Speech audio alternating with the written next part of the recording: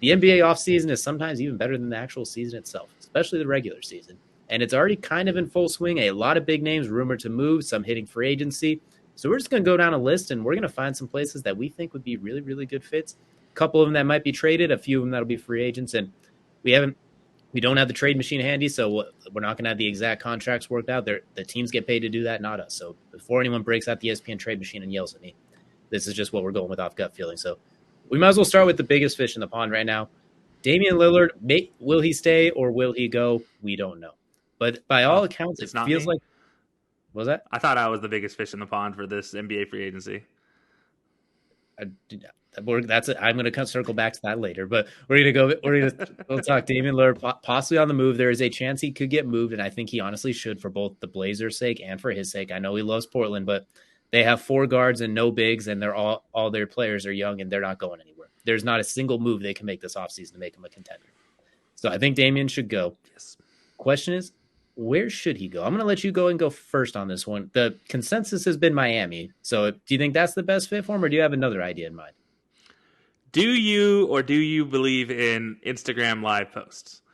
It depends who posts Because those. from Dame, it has seemed to be very non-truthful in the past, and it continues to be a question mark as he posted again from a club with a Miami song playing in the background, or a song about Miami in the background.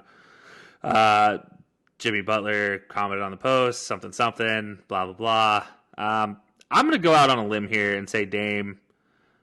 I still think the gymnastics can be done in Miami. I don't think Dame ends up in Miami. It's. I honestly think he stays in Portland one more year. I don't think there's any way around it. I think this contract is just too much to do the gymnastics for it. I think it's just you have no choice but to try to figure it out for this, at least this next season. And unfortunately for Dame, I don't think it's going to work too well. Obviously, it's a tough situation, but yeah, I have a hard time thinking that any team can really pull off those gymnastics unless it's going to be a team that he really probably doesn't want to go to, and that's going to be a tough situation. So I'm going against the trend here. I'm going to say he stays in Portland. You know what? It'd be interesting. I wonder how they're going to get him, Scoot, Simons, Sheer. Like they are so really weirdly deep as smaller athletic guards who aren't really known as defenders but can get their own shot. So I feel like somebody's got to go. And I agree. It wouldn't surprise me if he stays. I'm going to go on there's a lot of talk about him going to either Brooklyn as an option he likes because he likes Mikal Bridges. So I think I'm going to stick with that one because they have a lot of trade assets as far as picks and things like that go. So I think that would be Yeah, they one do. that makes sense. I think that's a really, really good fit for him. Him and Mikal Bridges is a good duo. You'll need to keep some of the bigs. There's some work to be done there. Honestly, a fun one that doesn't make I don't know how they'd make it work, but imagine if the Bucks decided to get into that. You basically trade anything. You could throw in Drew Holiday, a sign and trade with Chris Middleton, who's opted out of his deal, so he's out there. We'll talk about him a little bit later. Maybe throw in a younger big or something like that. I think Grayson Allen's still on there. I think maybe even do a 3-team deal as well. I think there's a lot of weird, goofy ideas, but if Yeah. I had to pick one, I'm going to go with Brooklyn because I think they have the most assets to pull the trigger, and it's kind of what Dame would be looking for as far as a team that can compete but isn't a super team. That's fair. I mean, I don't hate that idea by any means. I do think that's a strong possibility.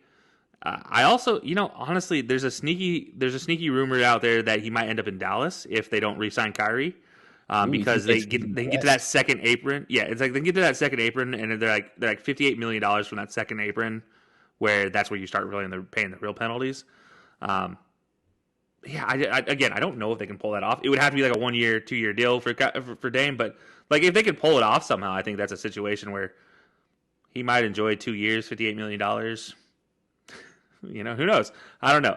It's tough though because his contract is just you got to find the right team and maybe even a 3-team, 4-team trade to even offset his salary enough. You got to get some trade exceptions involved in these, and that's where a lot of things get weird with the NBA's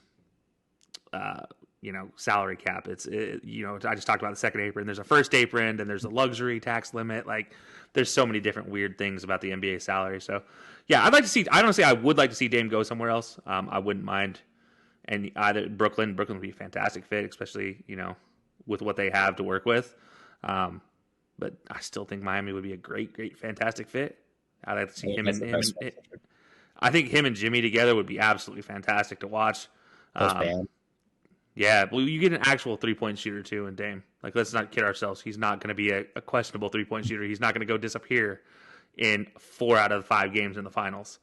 So, he'll at least give you something.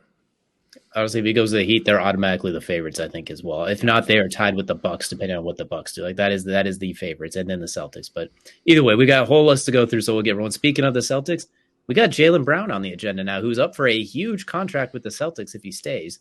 They've wanted to. They've talked about trading him for like four years in a row now. It feels like, to the point where in our last one we joked about is, if anyone deserves a no trade clause, it is him, with the amount of stuff he's been through. Yes. So I'll go ahead and lead the way on this one. If I'm the Celtics, the only way I trade him is if I'm going to go get Damian Lillard. If I'm going to pull off that trade to go get him, basically. Other than that, I'm going to keep him at this point. You brought in Kristaps Porzingis. You got rid of Marcus Smart, so it looks like you need to keep these two. You still need a point guard, somebody to dribble up the ball. They need somebody to do that. But Jason Tatum, Jaylen Brown, now Kristaps, I feel like you got to try and keep him. It's a lot of money, but you're not going to get what you need in return unless you can go get like a Dame Lillard. That would be a perfect trade if you could pull that off, but I don't know how they do that. Yeah, so you talk about big money. Because his all NBA honors, he's eligible 5-year, $295 million Supermax extension. It's absolutely insane amount of money. But yeah, I think if you're the Celtics, you have to keep him. I don't think there's any question. You do what you have to do to keep him. You let Grant Williams walk. Malcolm Brogdon, maybe figure out a way to get rid of him. Plus, you just got Kristaps with him.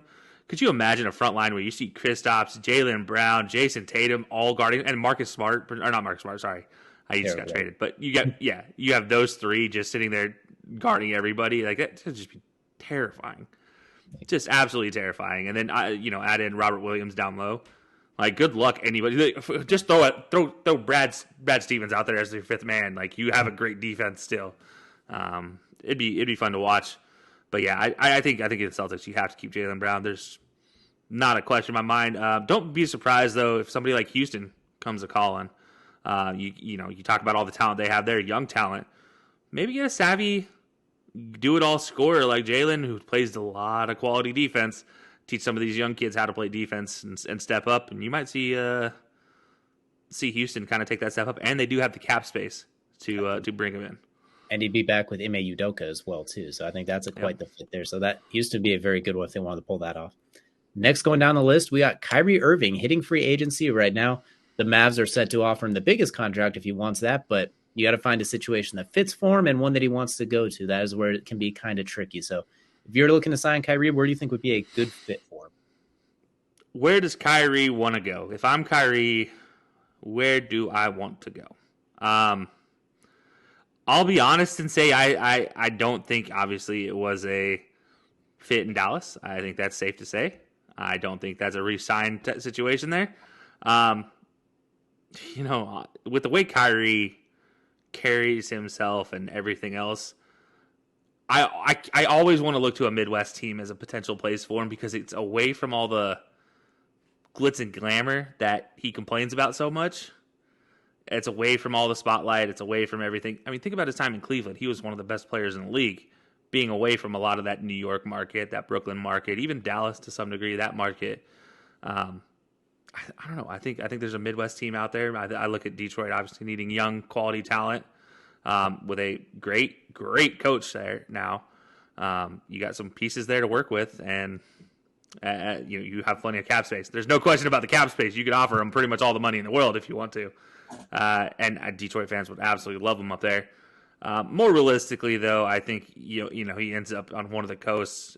If Boston gets rid of Jaylen, I think maybe there's a reunion in Boston. You talk about Miami potentially being in for Dame, Miami for Kyrie could potentially be a situation. But then you also add the question of is he following in LeBron's footsteps? So is that something he wants to deal with? And so there's a lot for Kyrie that it's an unknown because he is such a odd character. It's tough to figure out which way he wants to go with this, but there's any potential number of spots. But I honestly think Detroit could sneak up and snag him. That would definitely be something as well. You know what? I'm going to kind of stick with your Midwest team one. I'm going to go with a little bit of an interesting choice. I'm going to say we see a sign and trade with him in Dallas. That's going to send him to Minnesota in exchange for Cat. Okay. I think Cat and Gobert, plus they recently resigned the third center's name slips my mind. That is way too many big people when you have Anthony Edwards as a slasher. You gave up the entire farm plus a side ranch to get Rudy Gobert. You move Cat out of there. I think Cat's a great player. It's just not working in there right now. You get Luka, a good second option that can kind of complement off of him. Kyrie, Anthony Edwards, Rudy Gobert helping on the defensive end.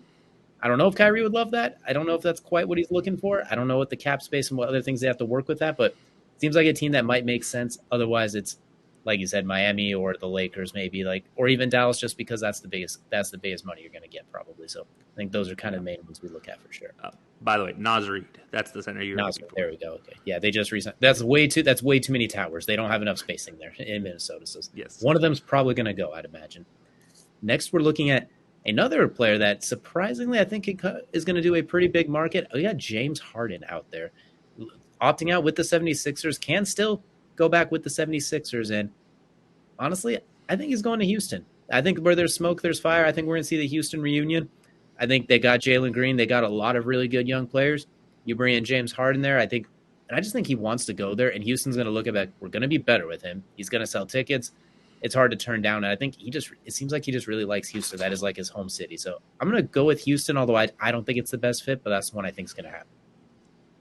Okay. Well, he does have that player option for this season with the Sixers. So very interesting to see if he leaves that. It's $36 million a year if he takes it. So, or $36 million for the year if he takes it. I have a hard time seeing James Harden pass up on that option. I think he does fit with Joel Embiid very well. And we actually saw a lot of James Harden of old come out last year for Philadelphia, where he actually did start to play defense a little bit. It wasn't great. It wasn't the defense he was playing in early OKC days, but it was like the early Houston days where he actually would play defense. He'd actually poke balls loose. He'd get in front of people occasionally. And he also kind of finally learned how to not just flop his way to the free throw line for 22 free points. But yeah, I honestly think he stays in Philadelphia. I don't think he leaves. I think he takes the player option at the end of the day. Stays in Philadelphia, gives it another run. I know they're a second round knockout, but in their situation, new coach, new everything, I think healthy Sixers team, it doesn't get knocked out in the second round. Definitely something to be interested with him as well. I think he's got some pretty good options, underrated amount of options. I know he's an older player, and I know he was very up and down with the Sixers. One game he gives you 40, the next minute he's 3 of 19, but I think there's still going to be a really good market for him. Speaking of up and down. Turning down wide open free throws or layups. Yeah, that's it. Speaking of up and down, we got Russell Westbrook next as well, coming off a bit of a resurgence with the Clippers down the stretch after leaving the mess that was the Lakers. I'm going to let you go ahead and go first on this one. Where do you think the Brody should go? Where do you think would be the good fit for him and a good fit for the team? It's so hard to find a good fit for Russ because for a lot of the same reason with Kyrie, it's hard to find a fit because he's for the opposite reason. So Kyrie's is off the court, Russ's is on the court. He's such a dynamic point guard. I think there's a lot of places that could use his abilities, but not a lot that fit his abilities, if that makes sense. I do look at Chicago potentially, though, because with the questions with Lonzo Ball, that does free up some cap space as well for him. So they could go get Russ, could get that high energy point guard to run alongside DeMar, Zach LaVine, and the rest of this team and see what you can do. You don't have a whole lot of time with that Bulls team. This might be the last really hurrah at it. And maybe before they fully blow it up, this is their last say so. So I'm going to say Chicago goes and makes a run for Russ. I do think it would be probably a tougher sell to get Russ into Chicago. I do think he enjoys the LA lifestyle, enjoys being with the Clippers, but I think it's a situation where he probably ends up in Chicago. I think the tough part is the Clippers can't really offer much money with their cap situation. Like they're basically going to have to offer him the minimum. So he's going to have to be like, you know what, I like this and I'm going to stay here. And although he's a Jordan athlete, so maybe Chicago works in that way. But for me, when I look at Westbrook, we're going to go a little bit wacky with this one. I'm going to take him to the opposite coast and we're going to drop him in Miami. We talked about that a lot. I know he can't shoot, but you get his high energy, his defense, along with Jimmy Butler, who's we've seen every time they get on a playoff run, he carries that team, carries it, then it just kind of slows down a little bit. It's not going to happen if you put Russ next to him. You have Bam down low. They already are the most weird shooting team and the worst in the regular season. The playoffs hit and they shoot 44% up until the finals. So his shooting is going to be what it is. You will have Tyler Hero coming back, Duncan Robinson. So I think you can put shooting around him. We've seen Butler and a lot of those players move without the ball. And you don't have to give up any of your assets to get him. You get to keep some of those undrafted guys like Caleb Martin, et cetera. So I don't mind the idea of Russell Westbrook going there. And they talk about heat culture all the time, all that sort of stuff. You know that Eric Spoelstra is going to coach up and find different ways to utilize his skill set as opposed to asking him to sit in the corner and shoot threes. So Oh God, maybe, yeah, don't do that. maybe Russell Westbrook in Miami might not be a bad fit, and you can stagger minutes a little bit, like him and Jimmy and that sort of thing. I do like the idea of him going to Miami. I don't. Again, you talk about a guy who would come in and kind of fit. I mean, really, we all know what Russ is about. He wants to win. He will do literally anything to win. But more importantly, he's a hard-nosed type of point guard. He's an old-school type of point guard who's not afraid to get into the paint and go get a rebound.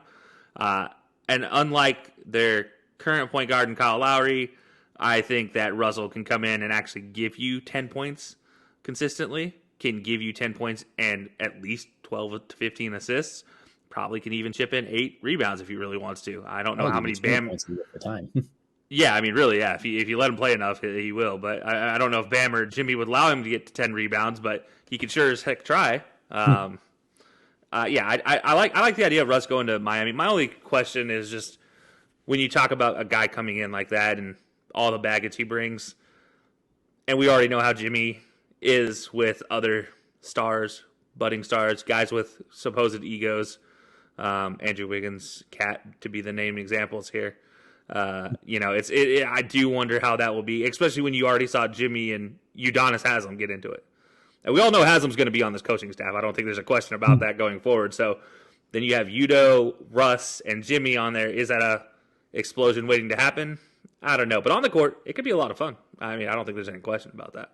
That could definitely be interesting as well. Next move down the list, we got Chris Middleton opting out of his deal with the Bucks and looking to hit free agency. There is a chance he could re-sign with the Bucks. That might be just what they're doing is look for a new deal. But either way, he's out on the market. And Kelsey, where do you think is a good fit for Chris Middleton?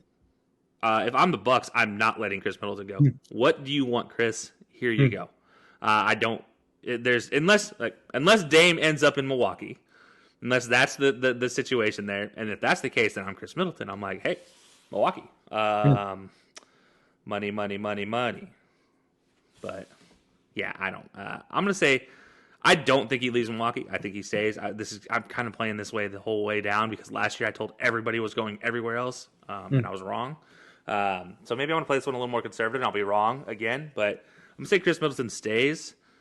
I do think there's a couple good places for him. I do think a sneaky good one though is Sacramento.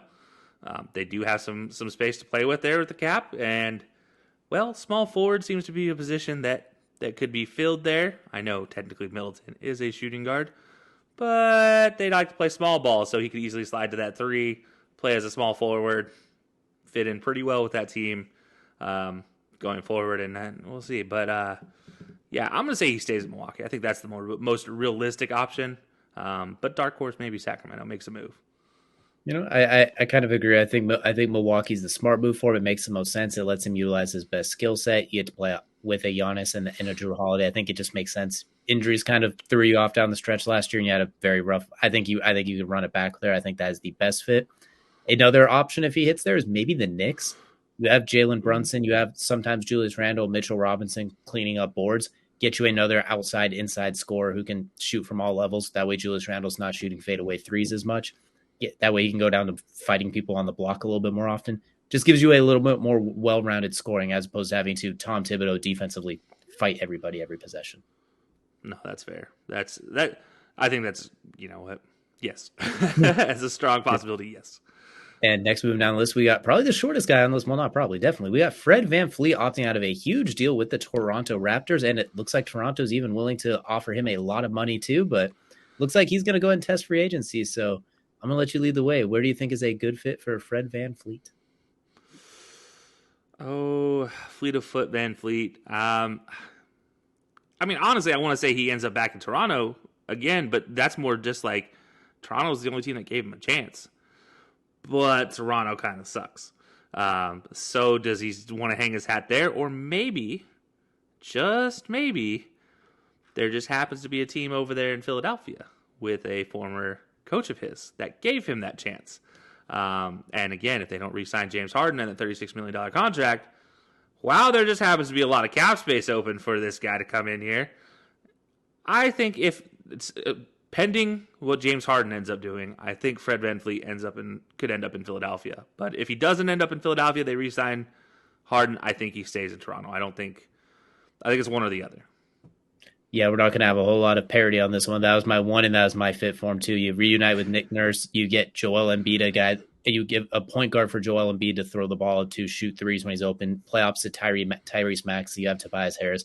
It just makes all the sense in the world. And his defensive deficiencies due to his size in some situations, you have Joel Embiid back there to kind of help clean those up, and Tobias Harris who can help as well. So I think it's the perfect fit. It doesn't get much better than that. So you're not going to hear too much back and forth from me on this one. So next, we're going to go to the last name on this list, and we got Hands of Stone, Draymond Green, opting to hit free agency. And I'm going to keep mine short and sweet. I think he's just sticking with the Warriors. They got rid of Jordan Poole. There's nowhere else for him to go, really. It's the perfect fit for him. Where else is he going to go?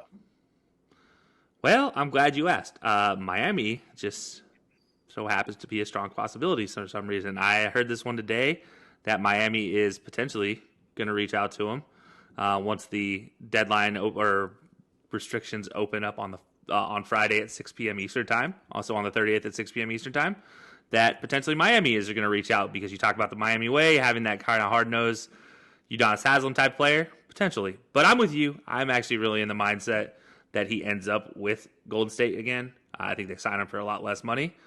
But yeah, Miami seemed to be one of the ones that I heard of, and I was kind of shocked. I can't even lie that Draymond was that situation. But yeah, it's all right. Well, whatever you guys say, Miami, you seem to be in on everybody, so that's what I took from it. But I'm gonna say he ends up back at Golden State. I've kind of been boring in this one and not really fought too much for these guys to go anywhere weird. But yeah, I'm gonna say Dre ends up just stays right there in Golden State. Well, one that I thought was interesting is there was a lot of talk about him maybe going to your Sacramento Kings. So I think that would be interesting as well. Fight me, Draymond. I will not allow that to ever happen. No. Well, you know what? That'll definitely be interesting to see where he goes. But those ones, along with plenty of others, are set to hit free agency, and we'll definitely, or even, heading to potentially in trade talks. So we'll definitely keep an eye on that as the NBA offseason, the most fun part of the NBA season, arguably.